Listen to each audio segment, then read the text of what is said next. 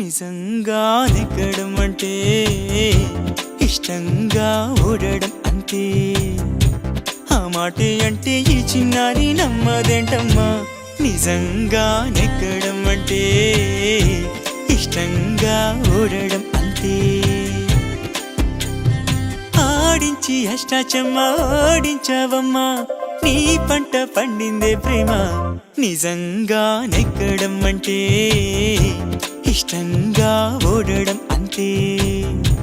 ఆ మాటే అంటే ఈ చిన్నారి నమ్మదేంటమ్మా. నిజంగా నెగ్గడం అంటే ఇష్టంగా ఓడడం అంతే.